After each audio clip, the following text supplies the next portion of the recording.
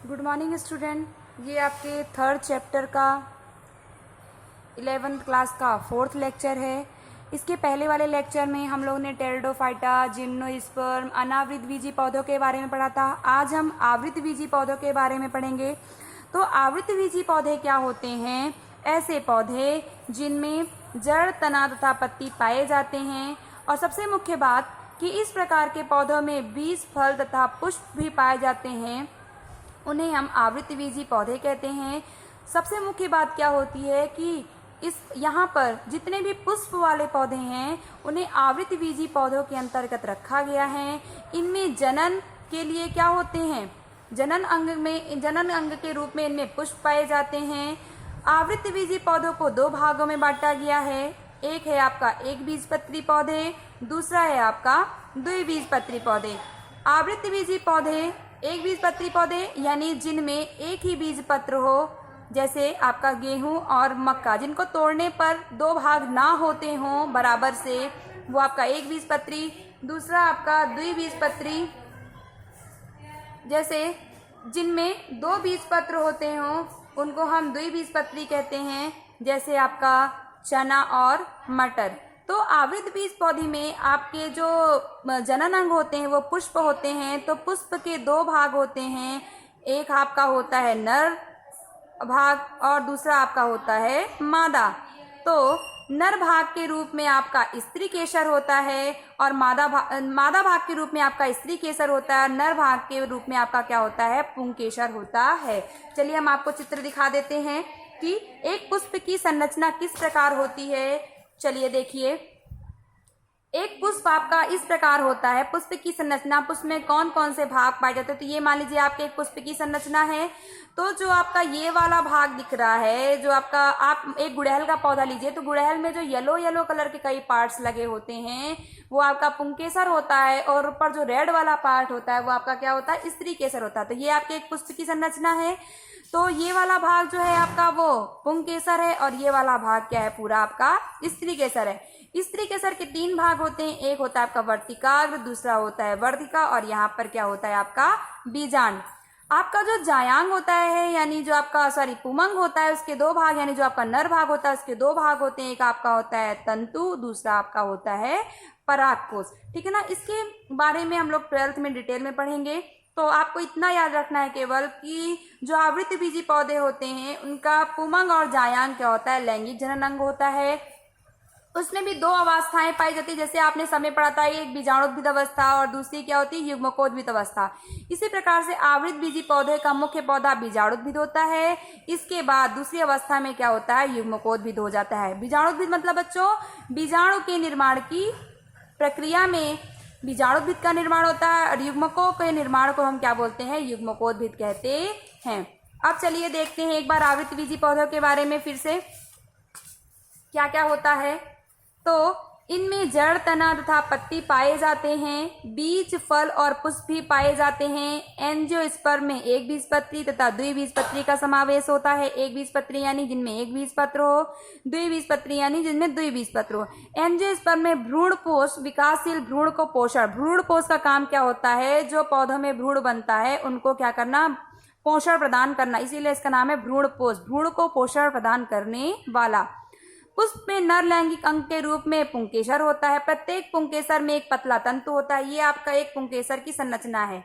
ठीक है ना। इसको बोलते हैं परागकोश और इसको बोलते हैं पुतंतु। ठीक।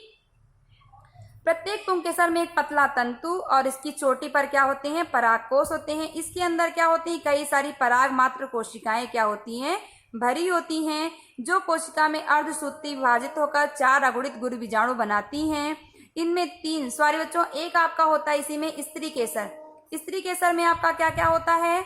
ऊपर वाला वर्तिकाग्र, नीचे वाला वर्तिका, और ये क्या होता है? आपका बीजांड होता है। ये आपके पुष्प की संरचना है। तो ये आपका नर भाग होता है और ये आपका क्या होता है? मादा भाग होता है।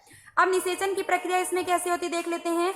यहाँ से पुमंग आती, यहाँ से क्या होते हैं? बीजाणु निकलते हैं और अंदर जाते हैं, और यहाँ पर जो अंडा होता है उनसे मिल जाते हैं। इस प्रकार से क्या होता है? एक नए क्या होता है? पुष्प का या एक नए पौधे का क्या होता है? निर्माण हो जाता है, या फिर एक नया बीज क्या होता है? बन जाता है।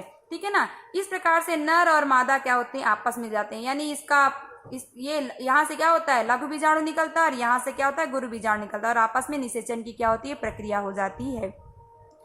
जो कोशिका अर्धसूत्रा विभाजित होकर 4 अगुणित भ्रूण बीजाणु बनाती है, जिसमें से 3 अविकसित हो जाती हैं और 1 विभाजित होकर भ्रूण कोश बनाती हैं।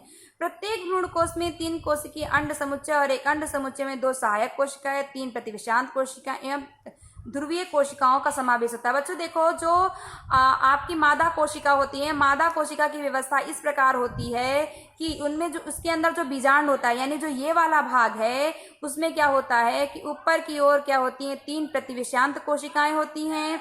यहाँ पर क्या होती हैं, द्वितीयक केंद्रक यानी ध्रुवीय कैसे आपकी होती हैं, द्वितीयक कोशिकाएं होती हैं और यहाँ पर आपकी क्या होती हैं, यहाँ पर ये दोनों सहायक कोशिका होती है और ये आपकी क्या होती है, अंड कोशिका होती है। यही बता रहा है कि प्रत्येक में अंड समुच्चय में 1 अंड समुच्चय, 2 सहायक कोशिका और ध्रुवीय कोशिका और द्वितीय केंद्रक कोशिका होती हैं। इस प्रकार से 8 कोशिकाएं एक अंडक में होती हैं। चलिए अब देखिए, आवृतबीजी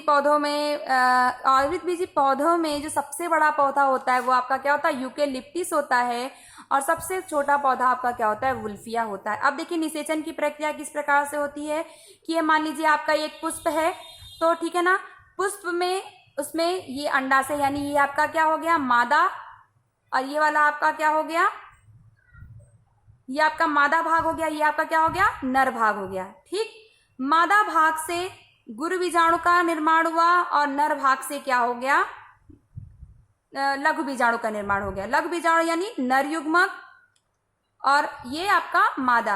अब ये दोनों क्या होते हैं, यहां से मादा आए और यहां से नर, दोनों आपस में क्या हुए, मिले और क्या हुई, निषेचन की प्रक्रिया हुई। निषेचन की प्रक्रिया के बाद युग्मकोद्भिद का क्या हो गया, निर्माण हो गया। जो आपका देखिए सबसे पहले यहाँ पे आप देखिए, ये आपका एक पुष्प है, ठीक है, पुष्प में मादा भाग भी है और नर भाग भी है। ये आपका मादा भाग है, ये आपका नर भाग है।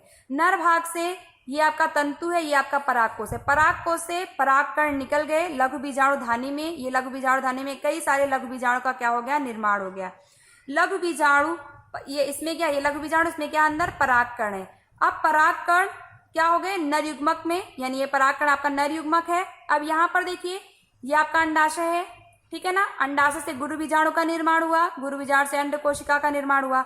अब ये नर और ये अंड कोशिका आपस में क्या हो गए, मिल गए, निषेचन की प्रक्रिया हो गई, फिर उससे क्या हो गया, युग्मनज का निर्माण हो गया। युग्मनज के बाद भ्रूण का निर्माण हो गया और फिर से भ्रूण के बाद नए पौधे का क्या हो गया, निर्माण हो गया।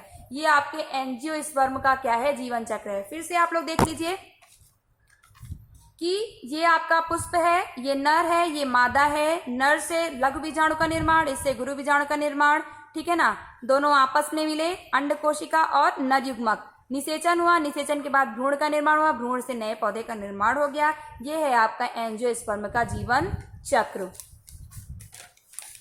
चलिए, आप लोग ने बच्चों पीढ़ी एकांतरण पढ़ा था, तो पीढ़ी एकांतरण का सिर्फ चित्र देख लीजिए। पीढ़ी एकांतरण मैंने बताया था कि एक के बाद एक अवस्था का आना, यानी एक के बाद एक अवस्था, यानी बीजाणुद्भिद अवस्था के बाद युग्मकोद्भिद, युग्मकोद्भिद के बाद बीजाणुद्भिद, यही आपका क्या होता है, पीढ़ी एकांतरण। तो आपने पहले यहाँ पर देखा युग्मनज, युग्मनज 2n था आपका, यानी ये कैसी व्यवस्था होगी, युग्मकोद्भिद। यहाँ पर मियोसिस की प्रक्रिया हुई, ठीक है ना, विभाजन की प्रक्रिया, अर्धसूत्री विभाजन हुआ, अर्धसूत्री विभाजन से एक कोशिका से 2 कोशिका बनी, फिर इनसे क्या हुई, इनसे 2 बनी, ठीक है ना। अब ये कैसी होंगी, सिंगल होंगी, है ना। यहाँ पर 2n है, जब आधी आधी हो जाएंगे तो कैसी होंगी, n होगी, तो इसलिए कैसी होती है, अगुणित कोशिका होती है। कैसी होती है, दुगुणित होती है।